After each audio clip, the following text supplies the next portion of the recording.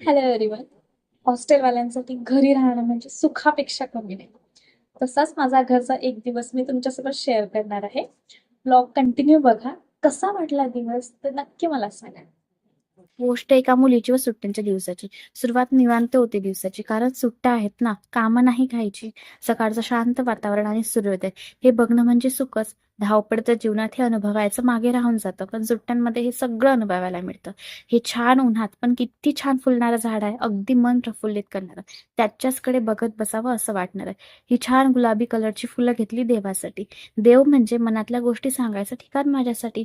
मनातल्या चलबिचलला तिथेच शांतता मिळते. रोजच्या दिवसासाठी त्यालाच धन्यवाद म्हणते. त्या फ्रेश फुलांनी फ्रेश दिवसाची सुरुवात झाली. गोड दिसतायत ना ही फुलं. घरी येऊन अंघोळ केली. कितीही गरमी सर्व चिडचिड करून टाकणार. उन्हाळ्यामध्ये आठवड्यातून 2 ते 3 वेळाच डोकं धुणं गरजेचं. सकाळची दिनचर्या म्हणजे ब्रश, अंघोळ, व्यायाम, वॉकिंग हे सर्वच आहे. प्रत्येक दिवशी करावंच लागतं. शरीरासाठी गरजेचं पण आहे. दिवसभर आपण बसलेला असतो. बसलेले सगळे कामं करतो. खुर्चीवर बसतो, अभ्यास करायला बसतो, वर्किंगसाठी बसतो. पण म्हणून सकाळी एक राऊंड मारून आल्यावर भरपूर ऑक्सिजन आपल्या बॉडीमध्ये जाते आणि दिवसभराच्या कामात करायला आपल्याला एनर्जी भेटते. गरमीमुळे खूप चिकटपणा डोक्यावर साचतो, त्याच्यामुळे 2-3 वेळा डोकं धुणं अत्यंत गरजेचं आहे, उन्हाळ्यामध्ये तरी. चला आता साऊथमध्ये जाऊयात. इडली, सांबार, डोसे, वडे, अप्पे आणि बरंच काही. किती ती डिशेस, बापरे बाप! आणि प्रत्येक माझ्या आवडीचं. पण आमच्याकडे आज आहे बेत इडली सांबारचा खाय.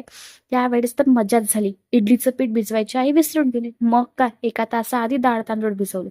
कसे होतील कसे नाही दोघींच्याही मनात प्रश्न चालले होते. त्या पिठात थोडं दही घातले म्हणजे परफेक्ट करायला सोपं पडेल ना. पिठाला थोडा वेळ झाकून ठेवले, पण नंतर इडल्या करायला घेतले. आता रिझल्ट काय असतात दोघींच्या मनात विचार चालू होते. पीठ भिजवायचं तर विसरलो, पण इडल्या तर खायच्या होत्या, म्हणून हा सगळा जुगाड करावा लागला. इडली थोडी सॉफ्टला कमी होती, पण बाकी छान झाली होती. स्पंज पण काय तिला बोलू सुंदर त्यामध्ये? आला होता. फक्त थोडी सॉफ्ट कमी होती, कोण पण आलं टेस्ट म्हणते ना आणि बाबाले? असं म्हणजे पचायला पण छान होती ती. आपल्याच छान गावात. मस्त वराने इडलीचा मस्तपैकी नाश्ता केला. आता बघा किती सगळा हा पसारा, तरी तो मलाच आवरायचा होता.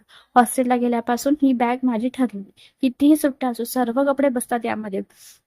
नेहमी हीच बॅग मला आठवण करून देते की आता थोड्या दिवस सुट्ट्या आहे, मग तुला पुन्हा जायचंच आहे. ही बॅग नेहमीच मला आठवण करून देते. प्रॅक्टिससाठी हॉस्पिटलला गेली. रोजच नवीन काहीतरी तिथून शिकून येते. लहानपणी इंजेक्शन घ्यायला घाबरायची, पण आता इंजेक्शन कसं द्यावं यासाठी चालू असते धडपड शिकण्याची. खरंच सगळी मजा आहे परिस्थितीची. आज जेवायला भाकर, डाळ, भाजी आणि जेवण. साधं सोपं जेवण शरीरासाठी उत्तम सवय. तुम्हाला पण असंच आवडतं ना? ही गोळी आठवते का? इमलीची. ही गोळी आहे इमलीची, शाळेबाहेरील गोष्ट आठवणीची. इमलीची गोळी, बोरकूट, पोंगे किती छान लागायचं. पण आता सगळंच विसरत चाललंय. सगळ्या त्या गोष्टी जुन्या होत चालल्या आहेत. मोठे होतांच्या धावपळीत आपण हे सगळं मागे सुटत चाललंय. छान संध्याकाळी हातपाय धुतले व थोडा मेकअप शेकअप करावा म्हटलं. खरं तर जास्त प्रोडक्ट यूज नाही करत, कारण स्किनचा प्रॉब्लेम आहे मला. लिमिटेड प्रोडक्टमध्ये क्लिअर स्किन असली तरी खुश आहे. त्यासाठी टिकलीची तर वेगळीच मजा आहे. आधी ना मला टिकली लावायला बिलकुलच आवडत नव्हतं. आता टिकलीशिवाय माझं आवरणं होत नाही. आता वाढलाय घरी राहिल्यामुळे वजन थोडंफार. तर वजनाला कंट्रोलमध्ये आणण्यासाठी ग्रीन टीचा केला होता प्लॅन आणि मला आधी पण खूप चांगला रिझल्ट आला, म्हणून आता हा पुन्हा प्लॅन करायचा माझा ठरलेला आहे.